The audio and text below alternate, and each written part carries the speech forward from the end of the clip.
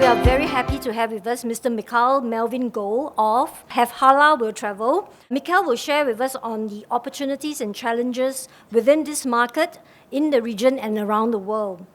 Mikhail is the CEO of Have Halal Will Travel, a lifestyle and travel portal. Mikhail's specialization in digital marketing, coupled with his deep understanding of the Muslim segment, has provided him with a unique perspective of the industry. Ladies and gentlemen, please welcome Mikhail Melvin Goh. Please feel free to share your questions. The whole point, and I guess the heart of this, the reason why I'm here is to really share some of the industry insights. And the Muslim industry is actually a very big one and a very important, growing one. And you guys should be very excited, right? So I'm here to answer all your questions. So without further ado, let's begin. Okay, so this is my brand, right? So Have Halal Will Travel. We reach around, actually that's outdated already. We reach closer to 9.4 million Muslims around the region. So we're talking about Malaysia, mainly Malaysia, Singapore and Indonesia. So we are primarily a travel and lifestyle portal. Then we have like apps, social media and everything, that BuzzFeed has and media companies have nowadays. But the main purpose is actually to enable Muslims to travel further, because this segment itself is very interesting. There are some unique things that are not the same as Chinese travelers, or maybe if we talk about some other Muslim non-Muslim group, right? It's totally different. So I'll go through in today's conversation itself. Okay, so I always like to ask this question, right? What do you think is the biggest invisible segment, right, in the whole world? Like in 2019, 2018 last year, which just passed, it's very hard to imagine that the world still has a very invisible segment, a segment that is just right under our noses, but no one actually sees it. And the answer is simply, Muslims, because we are 1.8 billion people strong, right, across the world, and by 2075 or 70, right, it's gonna be the world's biggest religion in terms of population itself. The median age, is really young as compared to any other religion. And, just in our doorsteps, right, like really just considering Malaysia, Singapore and Indonesia, there are 240 million. This number doesn't mean anything until you realize that, oh my goodness, the whole of Southeast Asia, right, Muslims stand for around 40 to 50% of the whole entire Southeast Asia population. So it's impossible that there is no business, no brand or any government, right, that is not interested in Muslims in this region. Okay, so just to give you a bit of context on why this topic is so important and interesting, right?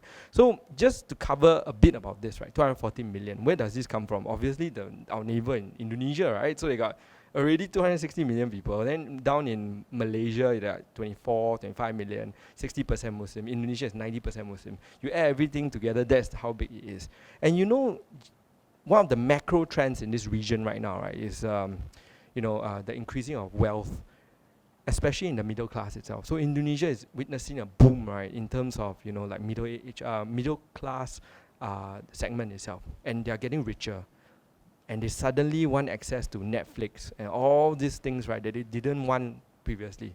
So now hyper connected, very westernized, and want to travel further than the previous generations. So there's a bit of like macro trend for you. So yeah, as I mentioned, right, my name is Mikhail Melvin Goh. This is my brand, right? So a lot of people, hey, you're just a travel brand, right? Actually, it's not true, because we've worked with many, many different kinds of brands, both in Singapore and outside Singapore. So we work with governments like the Hong Kong Tourism Board, Taiwan Tourism Board, and all sorts of tourism boards, right, in order to figure out this segment and bring them into those countries. That's the first line of work that we do. The second are your traditional travel, brands like Scoot, Air France, KLM, and so on. Then there's another segment that we also cover, which is F&B. So like Unilever and Nestle are all our clients. And then a very interesting portion is really the lifestyle part. We do stuff for Sony, Uniqlo, and all those brands, mega brands that you see or use on your daily basis. So all of them have interest in Muslim market. That's the strange thing, right? But it was never expressed until like 3 to 4 years back, because there was really no, other than Berita Harian, I guess, there's no real place where Muslims hang out in such high volumes. So suddenly there is, then they realize, hey, it's a very big opportunity, because Muslims behave very differently from, non-Muslims itself. So I'll cover why, right? So But before we go on to that, right, it's a bit about our vision first, right? So the vision of the company, right? I always believed in this, right?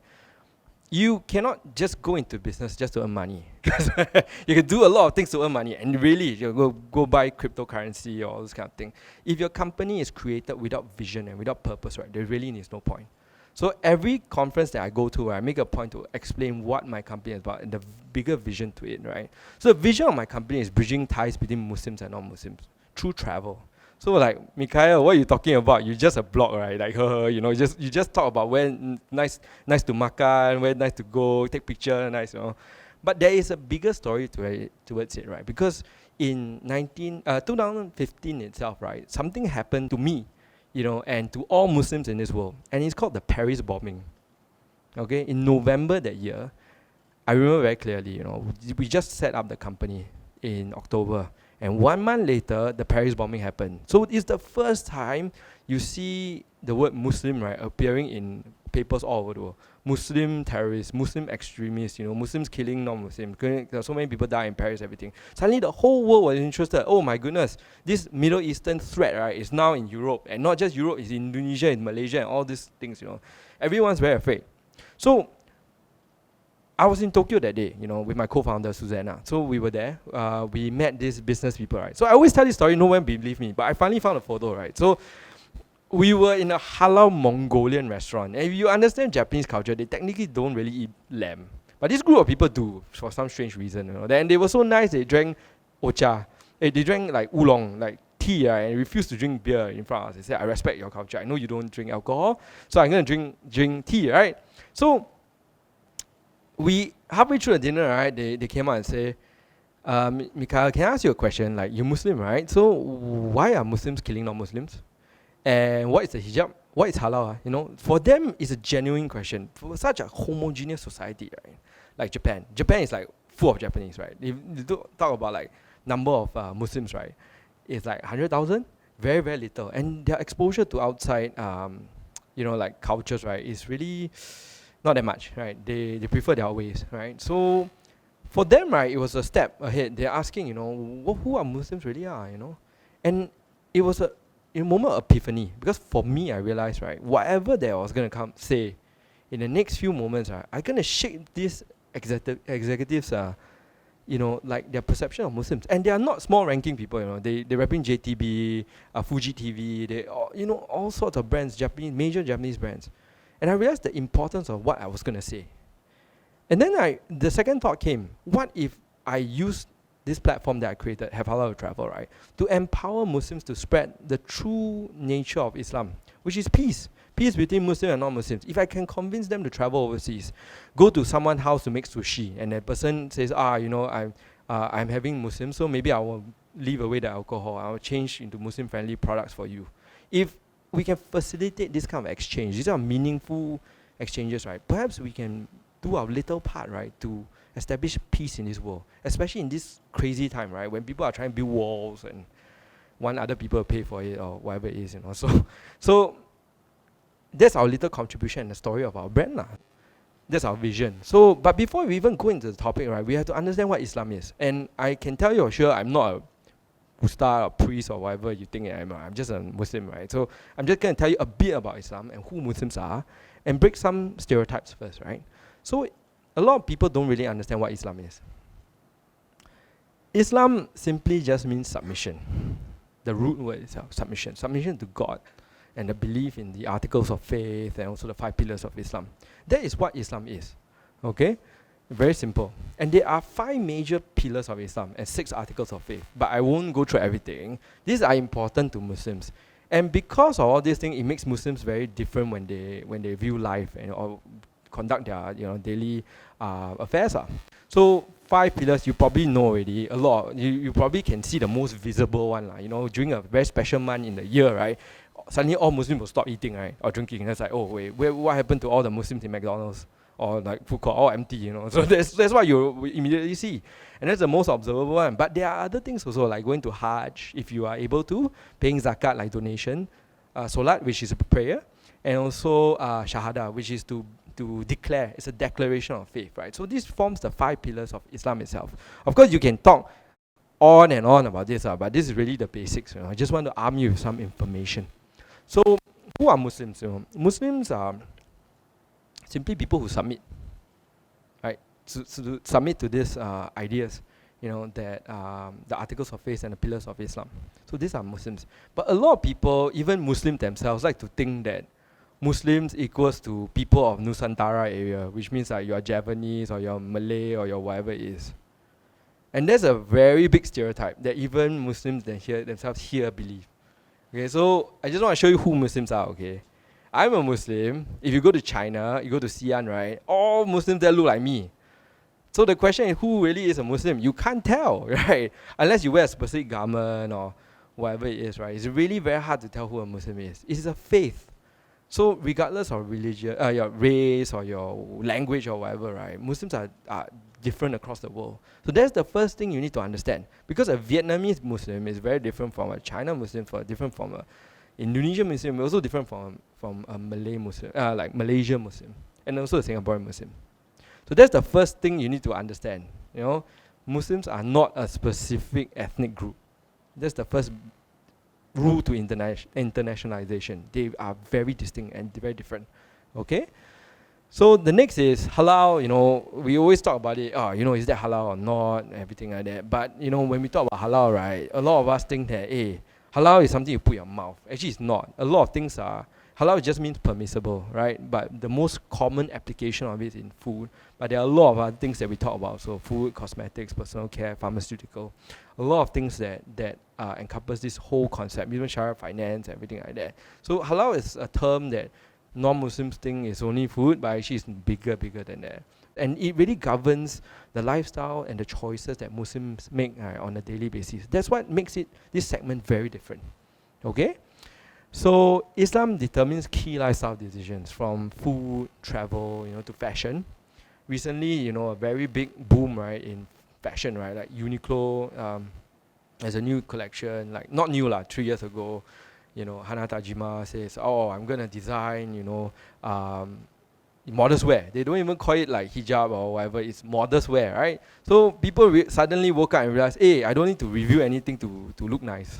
Even people in Europe also, they realize, you can live in a certain way, and you don't have to be Muslim. It's just being modest, right? So that's a very big industry that is rising, especially when you talk about like halal nail polish and all these kind of things that are coming out, and people are starting to become more aware of.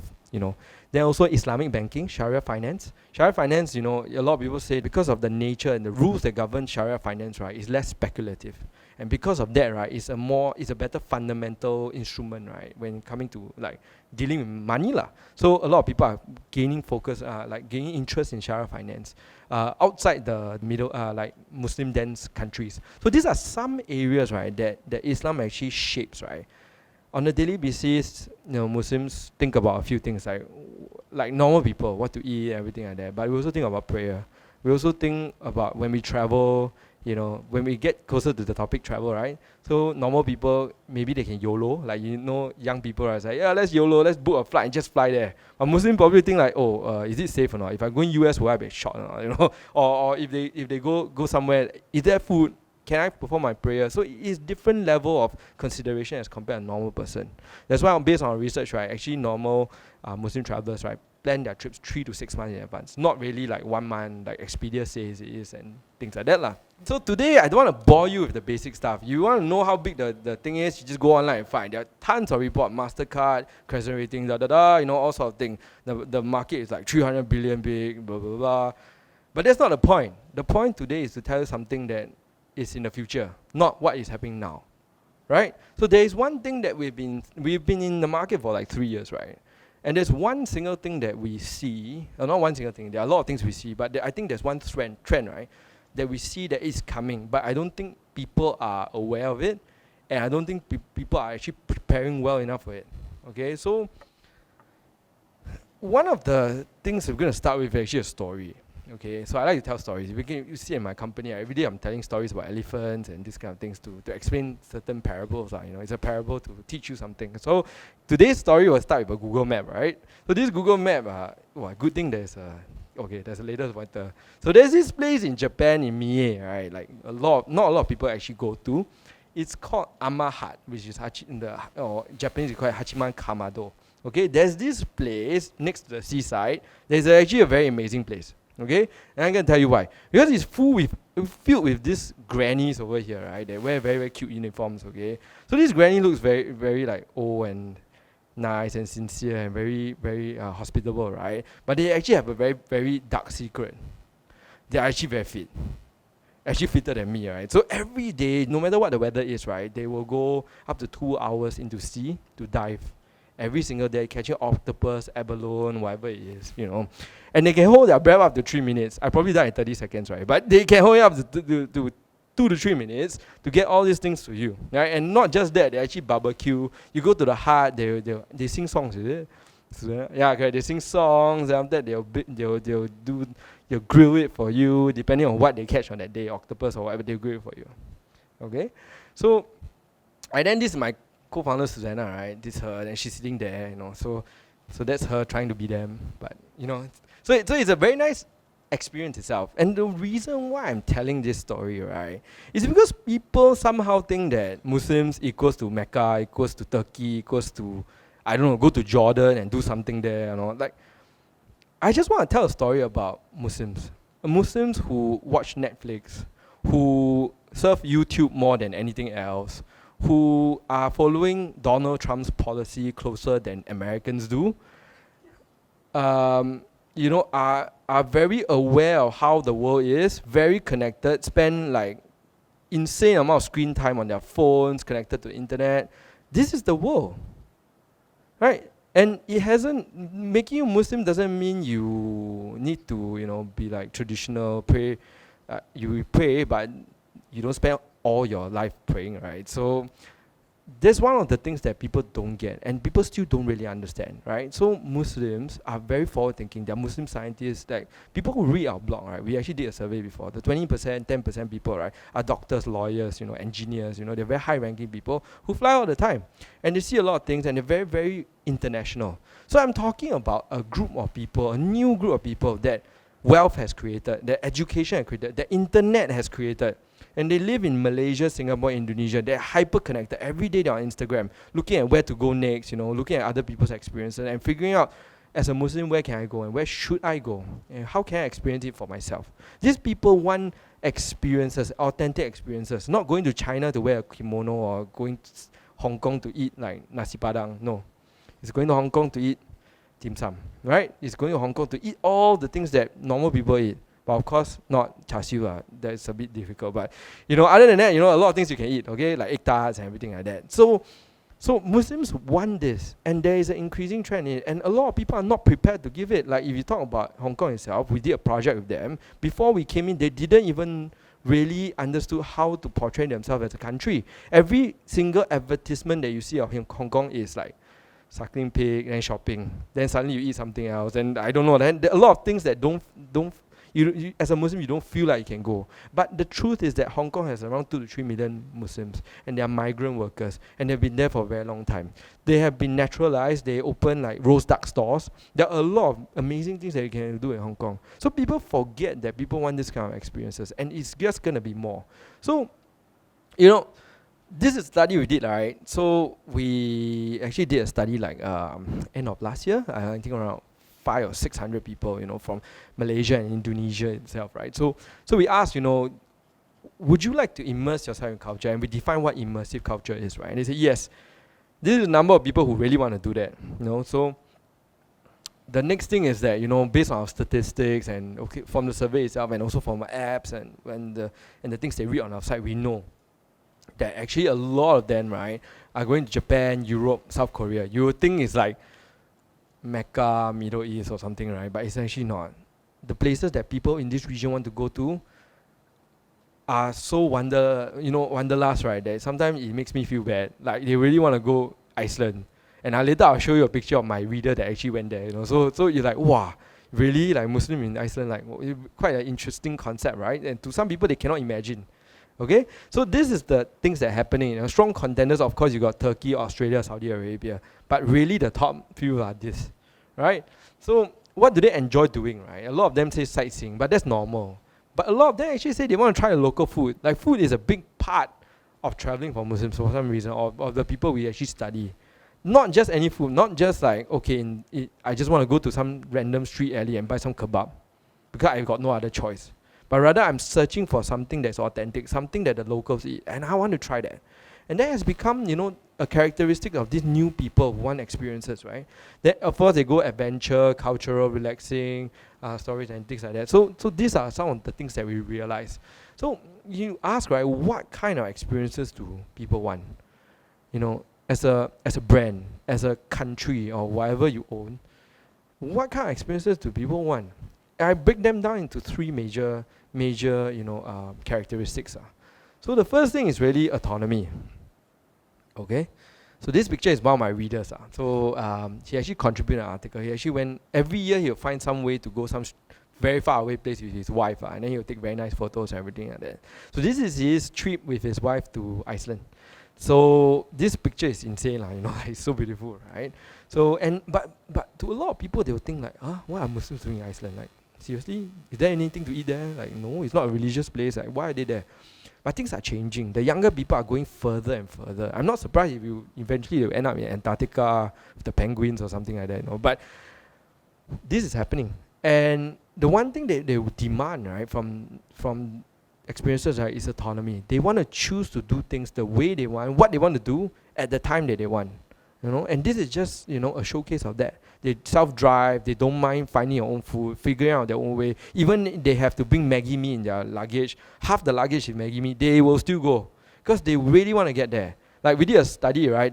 The most things that Muslims bring is belacan and Maggi mee, and some people even bring rendang. I don't even know how, but they do, because they want to really go there and they really want to travel and they don't want to worry about food. So that's one of the studies that we actually did with the FMCG brands.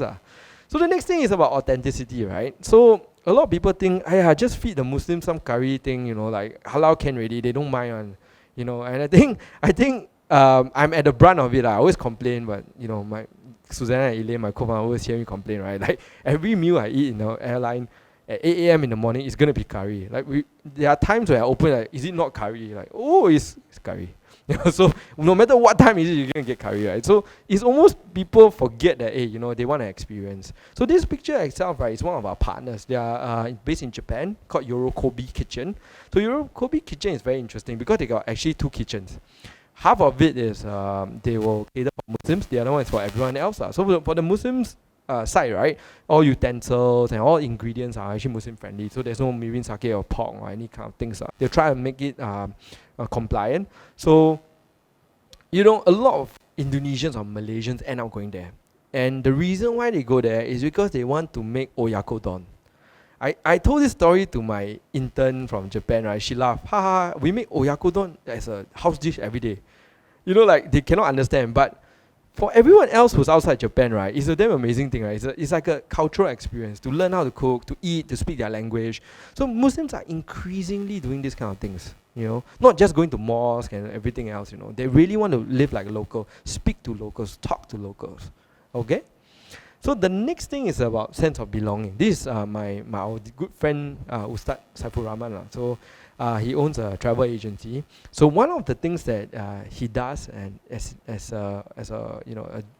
one thing very important for his travel agency, right, is that no matter what trip it is, right, if you're going to Bosnia or maybe you're going to UK or wherever it is, right, there will be an element of CSR, like corporate social responsibility, right. You will go to some orphanage or you join some conference or things like that, and the people who go for her tours are very young people. You think like, oh, who want to go and do charity work, bring clothes to orphanage on their holiday? But actually there are increasing number of people.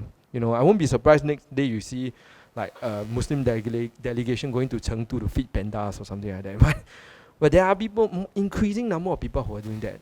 There's this element of sense of belonging, trying to belong to a community, trying to help the community, trying to enrich their own lives through the process. So there's one thing that is happening that we see in the market right now, and people are not capitalizing at all. Okay?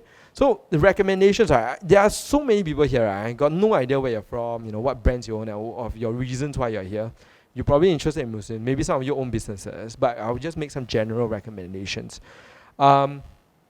The first one is always take stock of what you have, right? So I always tell stories, right? So no matter if you are interested to scale in this region and you know like 30-40% of your customers are going to be Muslims, right? Then you need to first take stock of what you have. And this is a project we did with Caversham Wildlife Park in Western Australia, and there are several other projects we did in Australia, like Cairns, the Great Barrier Reef, and so on. So one of the things that strikes me, right, is how they don't realize that all these wildlife parks, everything, there's a guy who is Muslim driving the car, bringing the guests around, and they are already living amongst them, and they are already working with amongst them. And then they come to me and ask me, how how to invite more Muslims. They ask your staff. You already have it, So one of the things that I really don't understand is this, okay? So one of the first things that everyone should do is take stock of what you have. Muslims like, experiences. They like, beyond that, they like to be feel welcome. So a lot of things like prayer spaces, food, right, are basic level things. But beyond that, right, we should start thinking about giving them a good experience and making them feel safe. That's one of the first things, right? So we went to, they went, not we. I always stay in the office, but yeah, correct. So they went and took pictures of quokkas in Rottnest Island and things like that. You traditionally won't think, right? You won't think that Muslims will go there, but they actually do. And a lot of them actually do. Because the exchange rate, traditionally Australia is a great place to study, a lot of reasons why. That's the first tip, right? The second tip is actually get the basics right? What I mentioned just now. So this picture is actually taken by me when I went to Xi'an, right? Like I mentioned just now, right? Who are Muslims, right? This guy is a Muslim, right? This woman is a Muslim, but they look like Chinese, right? Like, so they look exactly like that. So that's the point I wanted to make. But beyond that, we need to get the basics right, no matter what business you run. So this is more mainly to tourism boards and countries, but then again, it can apply to your own businesses also. The countries need to make sure that there is enough infrastructure. By infrastructure, I mean prayer spaces and food. That's the very basic level, right? For businesses, are you making Muslims feel welcome or not on your site? Let's say, there's one brand that I cannot remember what it is. I think Faith or something. I was using it. Then after that, I saw a very big advertisement for CNY, right? So it says, pig out this CNY or something like that and enjoy this deal. And I was thinking, what would Muslims feel if they saw that, right? So maybe I'm a bit more sensitive, but I think when it comes to communication, a lot of things, maybe a bit more sensitivity on the business part would be better. Because not, in some places, they will be really very angry. But I think we live in multicultural society. It's still fine in Singapore. But when you go out of Singapore, maybe they're not so nice. I don't know. So it really depends. So a lot of your businesses need to get the basics right to really welcome them, make them feel comfortable using your brand, to associate with your brand. So we've done a lot of work with Grab and Deliveroo and everything, especially for their halal section within their delivery apps. So those are some of the things that we do with our clients. The next thing is about promote through the right channels, right? A lot of people think, right, there's 240 million Muslims, right? Obviously, some of them will be your customers, like 20-30%. A lot of people adopt a very broad strategy, like I just put on newspaper or I do something like that. But for Muslims, if you can speak directly to them, it's like me calling your name, when I advertise something to you. So it's a different level of communication. So you should really be considering things like Berita Harian. When Muslims congregate, when you advertise that, I think the returns are better because it's a direct messaging. Okay, so that's really promoting through the right channels itself. So I think that's about it for my conversation today, and I do not like very long lectures and stuff. So the ending note, right, is really focused on experiences, simply because we will reach a stage, right, where every country and every brand has the same basic things. They cater to Muslims. You can find prayer spaces, you can find food very easily. Then the next thing you really need to focus on is experiences, because they will remember these experiences. And that's going to make a difference between, I guess right, there's a difference between Sony, how you feel about Apple or Samsung. It's a different feeling. Why some people can command more money, like more price on certain things, and some cannot. Or Nike versus some other brand, There is a branding effect here, and it's really down to experiences, the experience you give your customers. Okay, so that's all I want to share today.